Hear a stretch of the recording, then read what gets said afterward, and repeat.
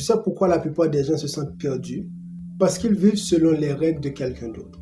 Les règles de leurs parents, les règles de la société, les règles que les réseaux sociaux leur dictent alors qu'ils ont 35, 40, 55 ans. Et puis un jour, ils se réveillent et ils réalisent que ce n'est pas leur vie. Ils disent, ça, ce n'est pas ma vie. Ça, c'est la vie de tout le monde, sauf moi. Aujourd'hui, je vais te montrer comment construire ta propre philosophie de vie, pas celle que quelqu'un d'autre a écrite pour toi, la tienne. D'abord, tu dois comprendre quelque chose. Une philosophie de vie, ce n'est pas un luxe, ok? C'est ta boussole intérieure, c'est ton cadre de référence. C'est ce qui te dit, voilà ce qui compte pour toi. Voilà comment tu veux traiter les gens, voilà comment tu veux être traité, voilà tes propres règles du jeu. Sans ça, tu es comme un bateau sans voile. Tu te fais balloter par les courants. Tu vas dans la direction du vent le plus fort, pas de la direction que tu as choisie. Et le pire, c'est que tu ne le vois même pas arriver. Ça commence petit. Une petite décision ici, un compromis là-bas. Et soudain, tu réalises que tu as 30 ans, 40 ans, 50 ans et que tu n'as jamais vraiment choisi ta vie. Tu l'as juste subi. Donc la première étape, c'est de reconnaître que c'est important. Ok? C'est vraiment important. Pas pour quelque chose d'abstrait, mais pour toi, pour ta liberté, pour ton bonheur. Maintenant, la première chose que je vais te demander de faire, c'est quelque chose que peu de gens font vraiment. Je vais te demander de descendre en toi, de faire une introspection. Tu vois, on vit tellement à la surface, on regarde les autres, on écoute ce que les autres disent que nous devrions faire, on suit ce que les autres font et on oublie de demander à la personne qui compte le plus, c'est-à-dire nous-mêmes. Donc, trouve après cette vidéo un endroit calme où tu vas mettre ton téléphone et puis tu vas te poser cette question. Qui suis-je vraiment?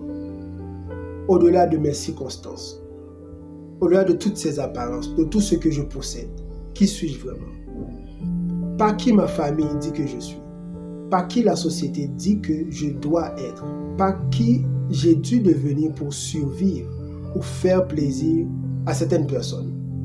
Non, pose-toi vraiment cette question. Qui suis-je vraiment?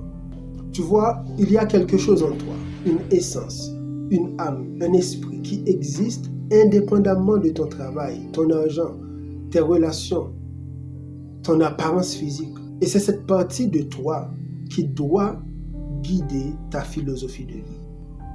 C'est très important. Parce qu'une philosophie construite sur la surface, sur une fausse version de toi, ça ne va pas tenir. C'est comme construire une maison sur du sable.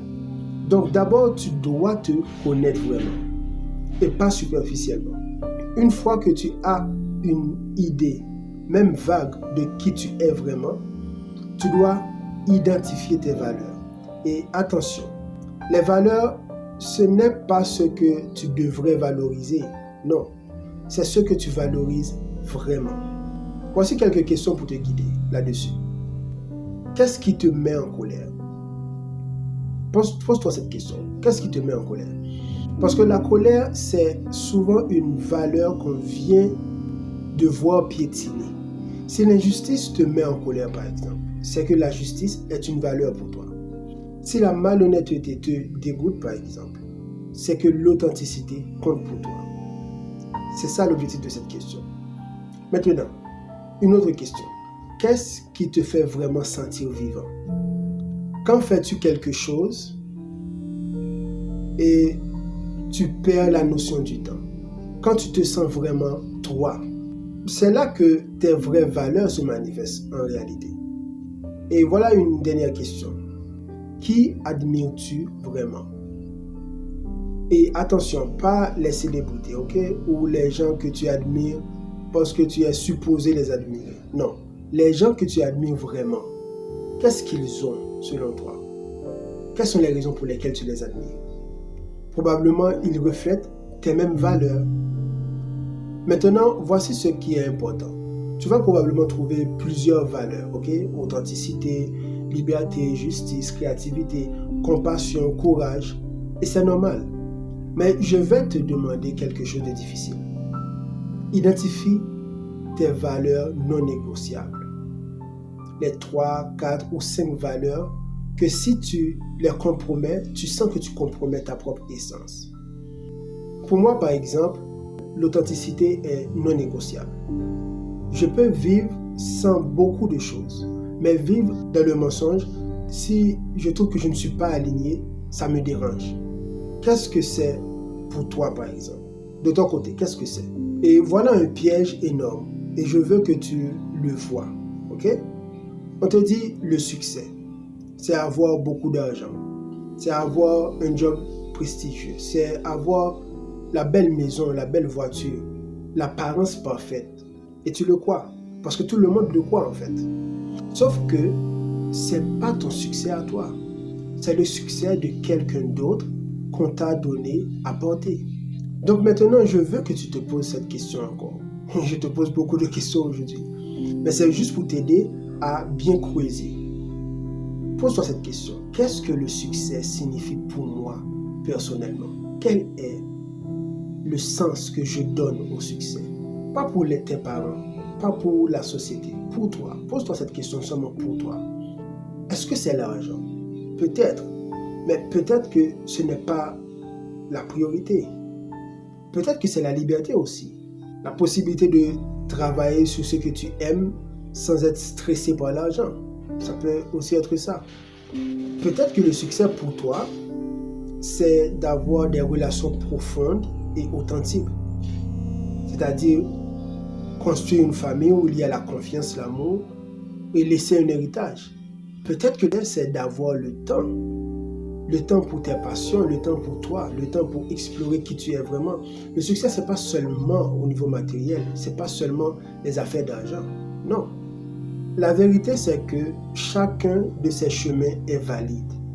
Je répète, le succès, ce n'est pas seulement une question d'argent. Mais toi, tu dois choisir le tien. Et une fois que tu l'as choisi, tu dois avoir le courage de le maintenir, même quand les autres disent que tu te trompes. Parce que tu ne te trompes pas en fait. Tu navigues selon tes propres étoiles. Tu es aligné. Tu fais ce qui te fait vibrer. Maintenant que tu sais qui tu es, tes valeurs et ta définition du succès, tu dois définir tes rapports à certaines choses. Parce que ta philosophie de vie, c'est aussi comment tu vois le monde, comment tu interagis avec les gens, comment tu gères l'argent, comment tu vois le travail, comment tu gères la souffrance par exemple.